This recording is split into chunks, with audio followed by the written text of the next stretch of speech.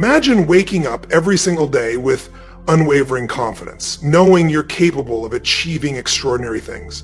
Picture yourself setting a standard so high that it pushes you beyond your limits, transforming not just your goals, but your entire life.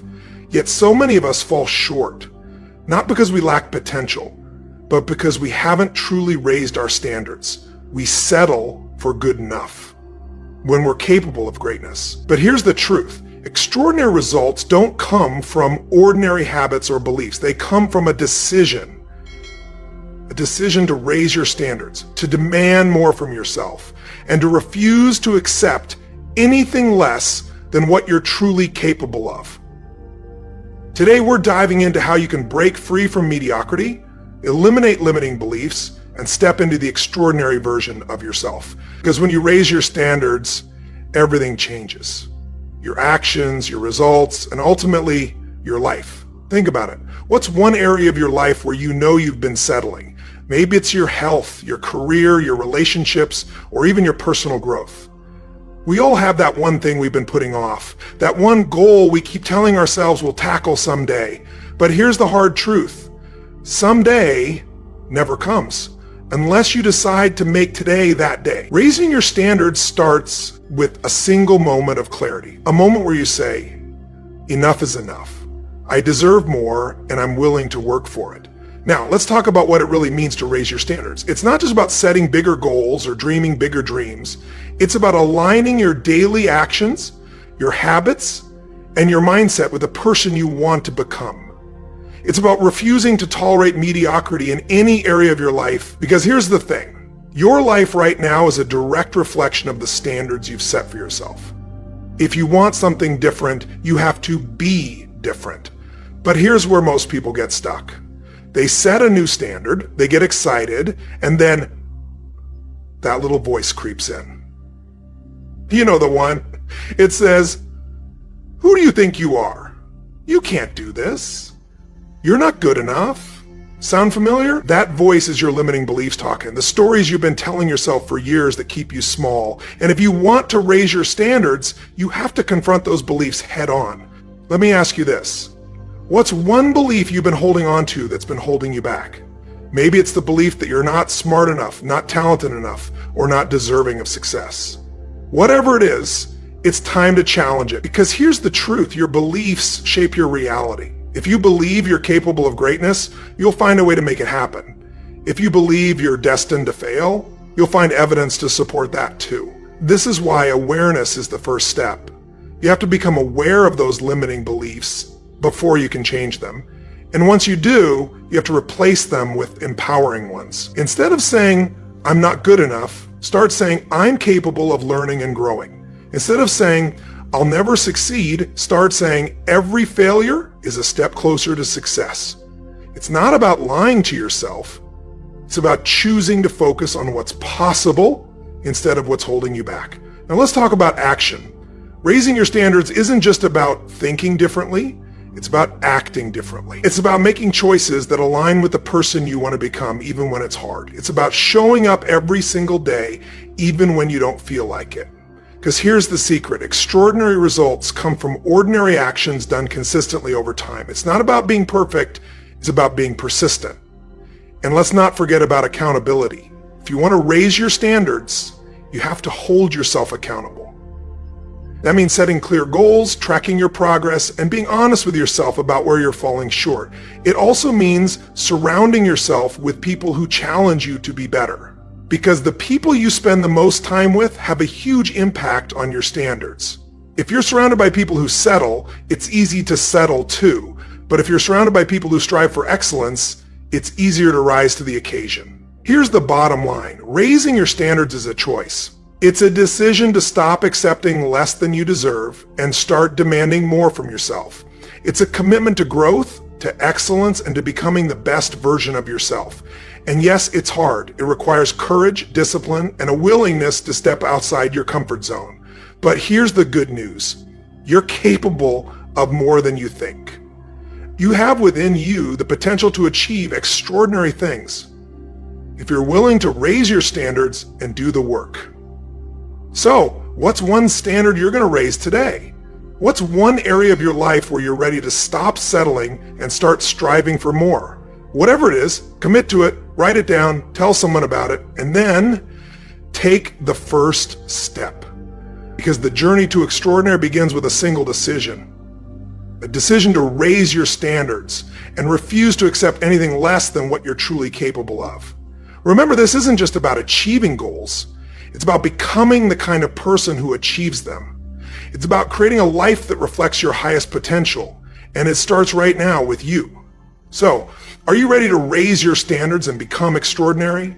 So you got to become aware of it and you get or destroy it. Now, how to do that? Honestly, if you've been DBW, you know how. If you haven't come to join me in San Jose or someplace else, when you change you, let me believe, everything changes because as you believe, so is it done. On to you.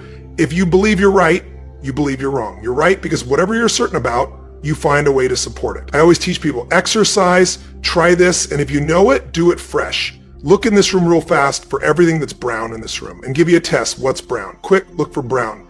Look for brown, brown, brown here. Burnt clothing, brown, all your eyes. Tell me everything you saw in this room. That's that. Raise your hand if you see more brown and you have been red and say, I open your eyes now. Let's add, look for, add, look for, add, look for, add, look for, add. Look everywhere for red. Look for red. Raise your hand. If you found more red this time, raise your hand. Say, why? Because you're looking for. It is whenever you focus on, you'll find stuff that's not there. How many saw beige, called it brown just to feel successful? How many saw burgundy, called it red just to feel successful? See, once you believe something is a certain way, how do you need for certainty? You'll change things to meet that belief. Let me show you in 2 seconds flat. While the rich get richer and the poor get poorer, I call the success cycle real fast. Draw yourself 4 squares, put them up on the screen in. You'll see they do this. Take a quick look. You'll notice you've got the word potential up on the left-hand square. Up on the right-hand square is the word action. Bottom right is the word results. Bottom left is the word belief, or another word for that would be a sense of certainty. Potential action, belief, results, and notice there's arrows in a clockwise fashion where they just keep feeding each other over and over and over again. So again, it's potential action, results, belief. One other word for that would be certainty. Now, do you ever notice how rich people tend to get richer and for people to get poor? And I don't just mean rich in financial terms. I mean people that are rich emotionally, you know? So happy people tend to get happier and depressed people tend to get more depressed. How many found this to be true? Yeah, that's because the power of momentum and what I'm about to show you. So let me show you something here. What's the potential of any human being? You tell me, quick, unlimited. Do most people's results reflect that true potential? Yes or no? No way. Why? Because most people aren't taking enough. What? But is it possible? Take a lot of action and still get lousy results? What if you got salesmen that works for you and they walk out and they knock on 100 doors and they say, you wouldn't want to buy a thing from me, would you? Or they don't say that verbally, but they say it non-verbally. Is that going to affect your results? Yes or no? So it's not enough even to take enough action. Because when we believe it's not going to work or we're uncertain, does that affect how much? If I potentially tap yes or no. See, if you don't think it's going to work, you're not going to put out a bunch of your energy when you think it's going to fail. And by the way, when you're not sure, you tap a little potential. You take little or a lot of action. When you're not sure, when you think it's not going to work, you take massive action or little action. Now, when you take little potential with little action, what kind of results you get? Little lousy results.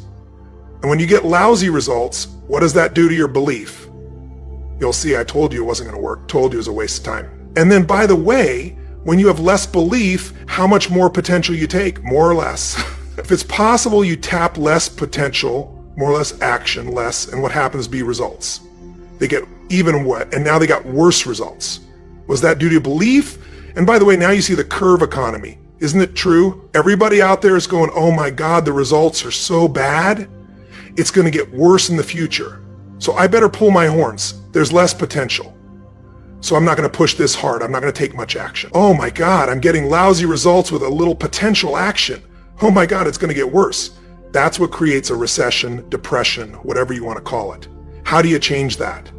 By the way, can it work the opposite direction? What would happen if something inside you gave you so much certainty inside of you that you felt absolutely certain the recession was your friend, that the worst economy for you was the greatest time on earth, and all you had to do is manage your state and apply your fundamentals and immerse state coach so you don't get off to target, keep taking action, and you can own your business and you go to other people's businesses? How many believe that? By the way, now say when you have that kind of certainty, are you going to use more of your potential when you go home or less? Which one, my friends, are you going to take less or more action? When you are certain and you use lots of your potential with massive action, what kind of results you get? Massive action gets massive results. What kind of relief do you get now when you get better results? You go home, use your core store, you go home and you take one. These techniques, you get a different response. You go home and you stimulate a new source of profit or income. You go home when you add a service, you overdo anything and it works. You bring us here. It works now, by the way, that home apps. We went in there, thank God. We went in there because they took our stuff and it looked like it wasn't working. Remember that, because some people there didn't want the change to happen. So we had to take in fire. It was working. We knew you can't take action. You can't sell that seed and reap nothing. So he uncovered what was really going on. You have to watch for the same thing straight from the size of your organization. But bottom line, when you get great results, beliefs get stronger. Now you're totally certain. Are you going to use more or less potential, my friends? Which one were you going to take? Even more? What good? And even greater? What? Even more? Certainty in that what happens? Your business now, you different momentum. And so your economy does not have to reflect the economy. You got to create your economy. You get to decide whether you freeze to death or ski or snowboard. It's winter, but you can have the best time of your life. It could be a sunny, beautiful, magical time, but you got to manage this process. In order to do it, you got to change your limiting beliefs. And this week has been about doing that by giving you so many tools and examples. You'll be immersed, but I promise you, when you go home, all this is going to be tested. A, because all the stuff that's waiting for you after you've been gone for 5 days. B, all the people that you work with, limiting beliefs, whether you have one employee or two, because you're, army of one or two people, or whether you got 1, 0, 0, 0. And so you have to be able to implement this. By the way, I'm going to sell you. Bring us in if we can help. Do you think we could help? Yes or no, yes or no, bring us in, we'll do it. Or get your team together and find a way to make sure this momentum goes in the right direction. Make sense? This is the must if you have this high standard, but you don't really believe because the momentum's in the wrong direction. Having the tools will be worthless. That's where certainty, that's where everything else we teach. That's what I do in my events. That's where you guys have been do before. That's what you got to bring to the table. One of the 5 keys for integrating this, number 1, you got to go home and raise your light. Come on, guys. Raise your 1, which means turn your shirts into step number 2. You got to go out and change your limiting 1. Find anything that limits you and destroy it. What's the fastest way to destroy it? You can do it very quickly by producing the results in your mind over and over again. Or why do you think I get people to walk on fire? Does they think it's impossible? When they walk in this fire, mentally you might say, oh, I can do it. But when they get from that fire, it's 2,000 degrees burning hot coals. It gets their full attention. And something they have, a state change. And when you get yourself in a state where you can storm through fire, it's not about fire walking the state. You're a negation of the walk. Crossfire is the metaphor for anything it used to stop you to fire your life. And by the way, when you crossfire and you're on the other side too, one thought was difficult or impossible. That easy, you're bringing on someone else. Can I do? That I thought was impossible. It's unbelievable. It's not intellectual. It's emotional. Plus, after firewalking, cold calling is not a problem. You get the idea, ladies and gentlemen. All right, so what we're really talking about here is changing your beliefs. Now, here's the 3rd key. If you're going to get maximum results, you got to model what works. We brought you for 5 days and nights here, models of what works. Go back and get them. Now, here's where the challenge is. How many got tons to do in your normal list of things to do when you go home? Oh my God, laughter, this AI. How many have a lot of outcomes? You got AG, laughter, say I. How many on the same amount of time you got before? Say I. So in your business, if you need something to get done, you get it done because it's an absolute what? Or you hire someone to get it done. Hire us, hire someone else, get somebody inside. But are these things, you're going home with must or shoulds, which one, do whatever it takes. You say, I don't have the money. You don't have the money not to forget us. Hire somebody's. An individual who knows what they're doing and put them in there. Leverage yourself. The only way you're going to get the game bigger is by taking a little bit of what my friends risk. But that means get yourself some resources. Be resourceful enough to get the resources. What's great about this? What is this opening? What is this creating? What's possible? What have I not seen? This is going to make me see. What have I learned from this? What can I learn from this? What am I willing to do to still have it the way I want? That's the fourth step. You intensify and you innovate. So then there's a final first step, and that first step's really simple, my friends, and that is step up and give.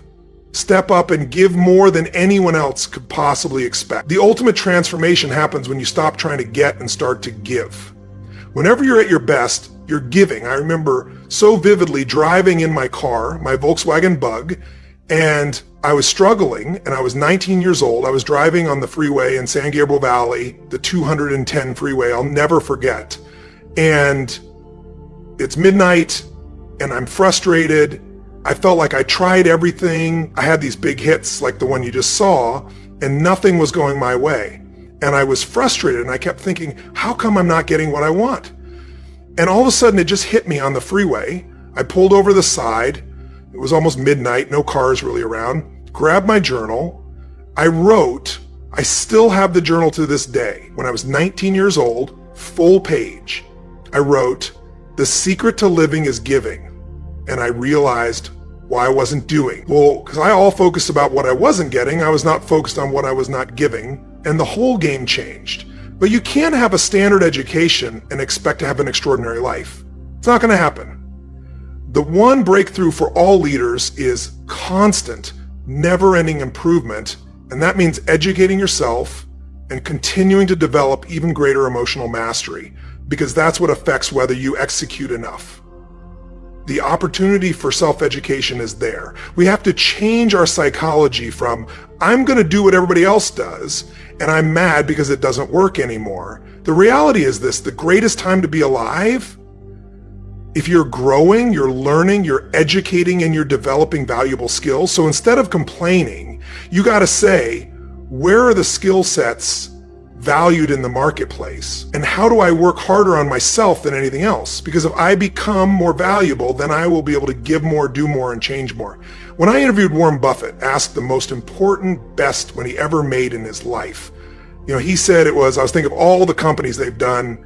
He said, Tony, going to Dale Carnegie, he said what? He goes, because by developing myself, that's the most important investment. Those skill sets, learning how to persuade, learning how to speak, learning and influence, all my ideas would I died on my lips if I had be able to influence. And I learned it from that little course.